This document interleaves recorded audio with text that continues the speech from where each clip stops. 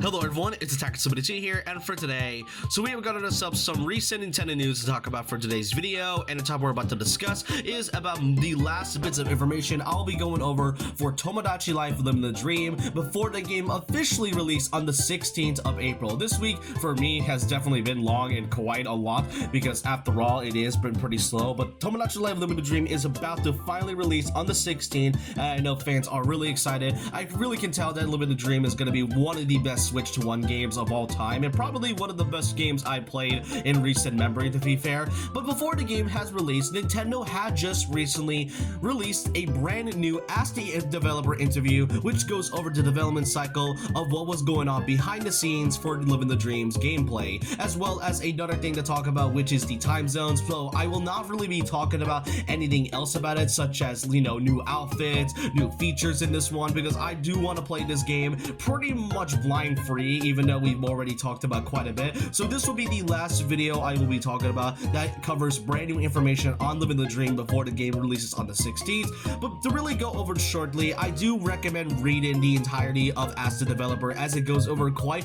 a lot of brand new information that we basically haven't heard about, and what was really going on with Tomodachi Life for a while. I mean, after all, fans have been asking for a sequel for this 3DS title that has been basically dormant for a decade, and the main franchise nowadays is pretty much underrated in some cases. Well, thankfully, we now know the reason as to why it took so long, as thanks to the As a Developer interviews, we get to see a lot of brand new information, as well as some changes that they have made during the process of Tomodachi Life.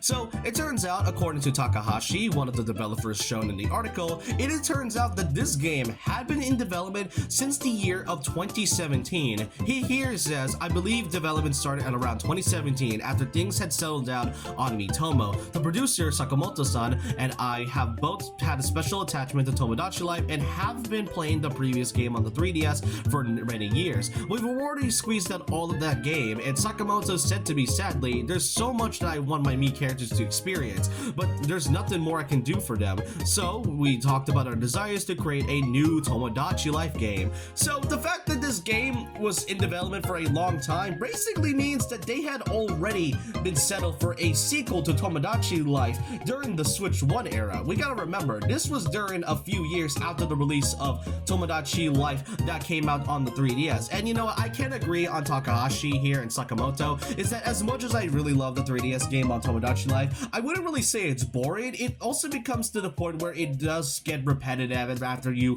completed a good portion of the game and basically unlocked everything once your Miis get married and had a kid together. So it is pretty repetitive, but it is still fun after quite a while. So I can definitely see why they wanted to start development, but the fact that they started it at around the Switch 1 era goes to show that they have been working quite a lot. And it's also in the same article here that they even give us some insight about the game's brand new look. Here, Kageyama, another one of the developers, stated, we updated their appearance based on a simple anime-inspired toon style, allowing players to immerse themselves in the drama between Mii characters and cutscenes. For example, as we were reviewing the toon style, I heard that the direction matched what Sakamoto-san had envisaged for the first Tomodachi Life game, and I thought to myself, yes, nailed it.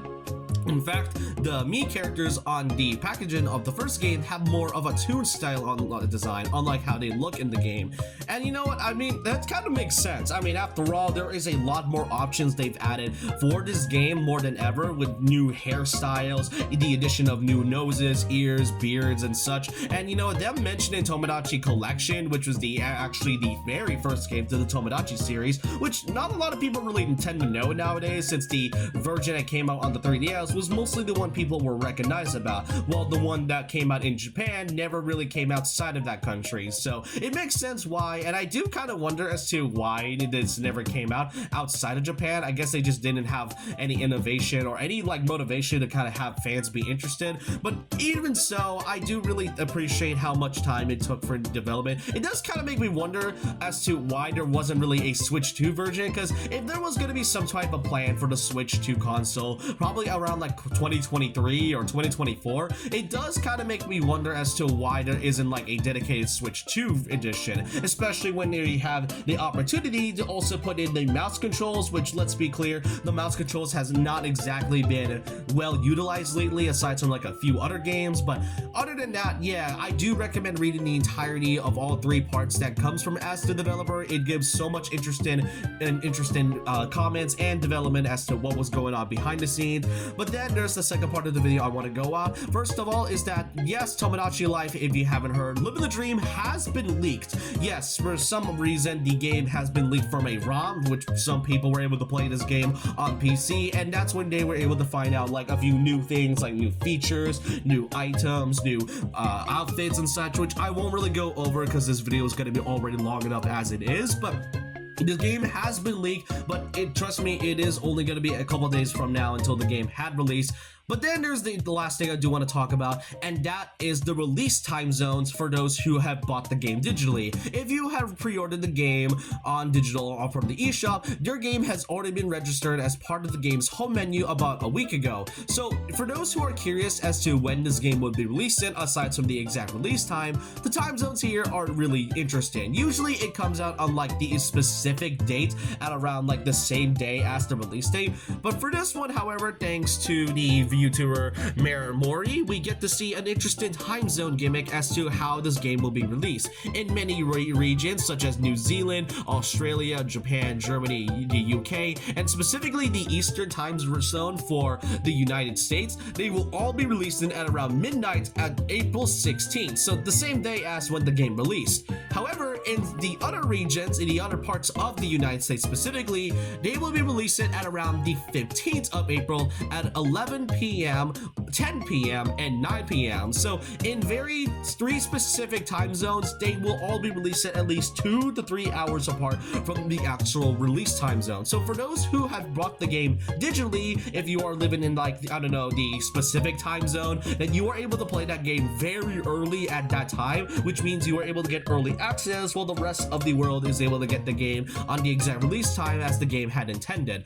So yeah, that's all the information I do want to talk about. Again, Tomodachi Life Living the Dream, it has been a pretty long week for me, but I cannot wait for this game to release. I've already planned a review video on this after I played this for about a good 3 to 4 to 5 days and such, and I will be giving you all my thoughts and opinions about this as to whether or not this game will be worth $60, but I do want to know all your thoughts and opinions down below on how you feel about all the information given. What do you all think about the development that was shown for Living the Dream, and what do you think of the release time zones? Are you all excited to get Living the Dream? Let me know all your thoughts and opinions down below about this. And so with that, leave a like, a comment, subscribe, hit the notification bell for more videos, follow my Twitter, Instagram, and I'll see you guys next time. And remember this, once a legend, always a legend.